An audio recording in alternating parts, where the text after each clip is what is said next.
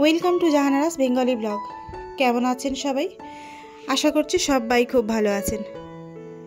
Video শুরুতে বলে রাখি, যে যেখান থেকে আমার ভিডিওখানে দেখছেন একটা ছোট্ট লাইক দিয়ে দেখা শুরু করবেন। আপনাদের একটি ছোট্ট লাইক আমার ভিডিওটিকে অনেকের কাছে পৌঁছে যেতে সাহায্য করবে।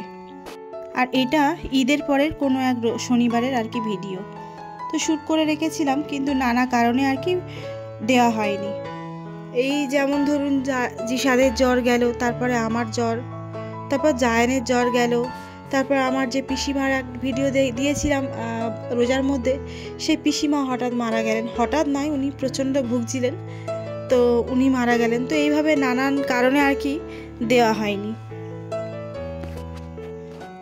তো যাই হোক, ঈদের মাংস দিয়ে আর কি বিরিয়ানি করব বলে বিরিয়ানিটা মানে মাংসটা আর কি ফ্রিজ থেকে বার করে নিয়েছি, আর তাতে সব রকমের মশলা দিয়ে আর কি ম্যারিনেট করে রাখছি।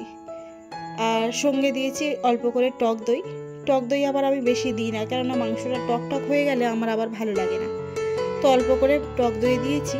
আর একেবারে আর কি প্রেশার কুকারে দিয়ে আর রেখে দেবো ঢাকনা ঢেকে, বেশ আধ ঘন্টা মতো রেখে দেবো। আধ ঘন্টা কি 1.5 ঘন্টা মতো রেখে দেবো। তো ম্যারিনেট করে রেখে দেবো। তারপরে এবারে আলুগুলো কেটে নেব। চলুন, কাজ করতে করতে কয়েকজন বন্ধুর নাম শুনে নিই, নাম বলে নিই আর কি। যেমন কৃষ্ণা ব্লগ দিদি ভাই ভীষণ ভালো, ভীষণ সাপোর্টিভ। বেশি দিন হয়নি আমি ওনার পরিবারে গিয়েছি, কিন্তু আমাদের খুব ভালো একটা সম্পর্ক গড়ে উঠেছে। আজকের আর বেশি আলু নেব না জানেন, অল্প করেই আলু নেব। বড় ছেলেটা আবার আলু খুব একটা ও বিরিয়ানিতে আলু খায়ই না, আর আমিও বেশি পছন্দ করি না। হাজব্যান্ড আর ছোট ছেলে এই দুজনই খাবে। আর এই দেখুন, এটা আর কি ধুঁদুল, আগের দিন এনেছিল, তো এটা একেবারে পাকা। আর আমি হাজব্যান্ডকে দেখাবো বলে রেখে দিয়েছিলাম, এটা আর কি ফেলিনি, তাই একটু আপনাদেরকে দেখিয়ে নিলাম। আর এই দেখুন আলুটা কেমন পোকা লেগে গিয়েছে, বাদ দিয়ে সেটাকে নিয়ে নিলাম। এবারে আলুটা ভেজে নিচ্ছি। আর আমার না জ্বর, তো কথা বলতে ভীষণ কষ্ট হচ্ছে, আমি একটুতেই হাঁপিয়ে যাচ্ছি। আমার শরীরটা খারাপ হয়ে গেলে না শ্বাসকষ্টটা বেশি হয় আর কি এখন করে, তাই আর কি কথা বলতে একটু কষ্ট হচ্ছে, মানিয়ে নেবেন প্লিজ একটু। আর এই যে দেখুন কৌটো, এই কৌটোটা তো আমার মনে হয় বাঙালিরা চেনে না এমনটা নয়, মানে বিশেষ করে ভারতীয় বাঙালি যারা আছেন।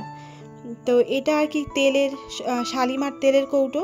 এটা 500 গ্রাম কৌটোর আর কি তেল ছিল, তো এটাতে 500 গ্রাম চালই ধরে। তো আমাদের এই কৌটোতে আমি বিয়ের আগে থেকে মানে বিয়ের পরে থেকে এসেই দেখছি যে এই কৌটোতেই আমার শাশুড়ি আর কি চাল মাপতো, এখন আমি মাপি। তারপর এই যে আলুটা ভাজতে বসিয়ে দিই, আর এদিকে মাংসটাকে আর কি মাংসতে ম্যারিনেট করাই ছিল, সেটাকে আর কি গ্যাসে বসিয়ে দিলাম। আর এদিকে আলুটা দেখুন হয়ে গিয়েছে, এটাকে নামিয়ে নিচ্ছি। আর ওদিকে অফ ক্যামেরায় না ভাতটা করে নিয়েছিলাম, সেটাকে আর কি ভিডিও করা হয়নি। তারপরে এবারে দমে দেব বলে পাটে পাটে দিচ্ছি। প্রথম পাটে দিলাম ভাত, তারপরে দিলাম মশলা বলতে আমি বাড়িতেই না বিরিয়ানি মশলাটা তৈরি করি। আর এইটা দিচ্ছি দুধ, দই, একটু চিনি সামান্য, আর কেওড়া জল আর গোলাপ জল, এটার মিশ্রণ আর কি ওপর থেকে একটু ছিটিয়ে দিলাম। দিয়ে আবার একটু ওই মাংস মানে আবার একটু না পুরো মাংসটাই এবারে দিয়ে দেব। যেহেতু অনেক বড় হাঁড়ি, তো তাই এক পাটেই বসিয়ে দেব, অনেকগুলো পাট করব না।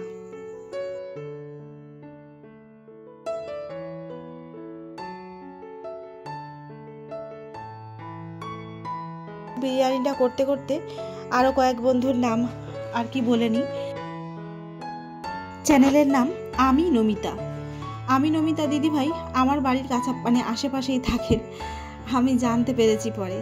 এটা ভেবেই ভালো লাগে যে উনি আমার কাছাকাছি থাকেন, তবে দেখা হয়নি কখনো, একদিন না একদিন দেখা হয়ে যাবে অবশ্যই। আর আছে জাহানস কিচেন ব্লগ শুরু থেকেই আমাকে সাপোর্ট করে। তারপরে হাঁড়িতে যেসব ভাতটা ছিল পুরোটাই দিয়ে দিলাম, দিয়ে এবারে উপর থেকে একটুখানি ফুড কালার দিয়ে দেব। বিরিয়ানিতে একটু কালার না হলে ভালো লাগে বলুন, তাই একটু ফুড কালার দিয়ে দিলাম। তারপরে দিয়ে দিচ্ছি বিরিয়ানি ফ্লেভার। এটা না আমি আগে দিতাম না, কিন্তু আমি দেখেছি আমার বড় ননদ মানে আমার বুবু উনি দেন, তো সেই কারণে আমিও দিচ্ছি আর কি, বেশ ভালো ফ্লেভারটা লাগে। আর তারপরে দিয়ে দেব মিঠা আতর। আমি আগে শুধু মিঠা আতরই দিতাম, তারপর বুবুর দেখা দেখি আমিও মিঠা মানে ওই ফ্লেভার দেওয়া শিখেছি আর কি। মানুষের শেখার কি আর কোনো শেষ আছে বলুন? যে যখন যেমনভাবে পারে, যার কাছ থেকে পারে, টুকটুক করে জ্ঞান অর্জন করতেই থাকে, সারাটা জীবন ধরেই জ্ঞান অর্জন করতে থাকে মানুষ।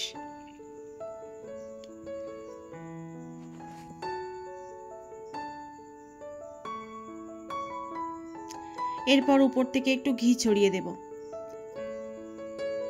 আর মাংসর মধ্যে তেল ছিল অনেকটা, সেটা সমেত ঢেলে দিয়েছি, তো ওই জন্য তেল আর বেশি দেব না, মানে ঘিটা দিয়ে দেব।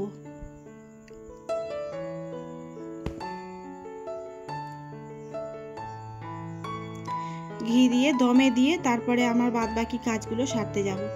তো আর বেশি ভিডিও করা ছিল না, এটা দমে দিয়েছি, দেওয়ার পরে তারপরে ও হাজবেন্ড তো আজকে সকালবেলা টিফিন নিয়ে যায়নি, তো ওকে একটু বলেছি তুমি দুপুরবেলা খেতে আসবে। ও বলল যে যদি কাস্টমার না থাকে তাহলে আসবো, আর কাস্টমার যদি থাকে তাহলে হবে না। তবুও বিরিয়ানি তো আর সব সময় হয় না, তবুও মনটা করে কি ও আসুক, এসে খেয়ে যাক একটু গরম গরম, তারপর রাত্রে যখন খাবে সেটা তো গরম করলেও সেই জিনিসটা কি আর একদম যেটা টাটকা জিনিস তার মতো কি আর ফ্লেভারটা থাকে বলুন? আর এদিকে গুছিয়ে নিয়ে একটু ভিডিও করব বলে ভালো করে গুছিয়ে নিয়ে আজ রিশাদকে খেতে দিয়েছি। রিশাদ বললো ও মা এটা কার? আমি বললাম তোর। বলে এটা আমি খাবো? আমি বললাম হ্যাঁ তুই খাবি। তো ওকে খেতে দিয়েছি। আর হাজবেন্ড না খেতে এসছিল, ওকে ফোন করেছিলাম, বললো হয়ে গিয়েছে? আমি বললাম হ্যাঁ হয়ে গিয়েছে। তো চলে এসেছিলো খেতে, কিন্তু ওর ভিডিওটা আর কি করা হয়নি। তারপরে চলে এসেছি একেবারে সরাসরি সন্ধ্যেবেলা, ভীষণ মাথাটা ধরেছিল, তাই আর কি চিনি ছাড়া একটু আদা দুধ চা খেয়ে নিচ্ছি আর কি। আর জিসাদ পড়তে গিয়েছে, ও আবার বিরিয়ানি খেয়ে পড়তে গিয়েছে। বিরিয়ানি হলে ওর 4 বেলায় যেন বিরিয়ানি লাগে। আর এদিকে হাজবেন্ড বাড়ি ফিরেছে সন্ধ্যেবেলা, আর এই দেখুন পর্দাটা পেঁচিয়ে জাহান কেমন লুকিয়েছে ওর বাবাকে ধাপ্পা দেবে বলে। এইটা ওর প্রতিদিনের কাজ, ও প্রতিদিন এইভাবে লুকাবে, আর ওর বাবাকে প্রতিদিন এভাবে আর কি চমকে যেতে হবে, ভয় পেতে হবে, এটাই আর কি ওর খেলা।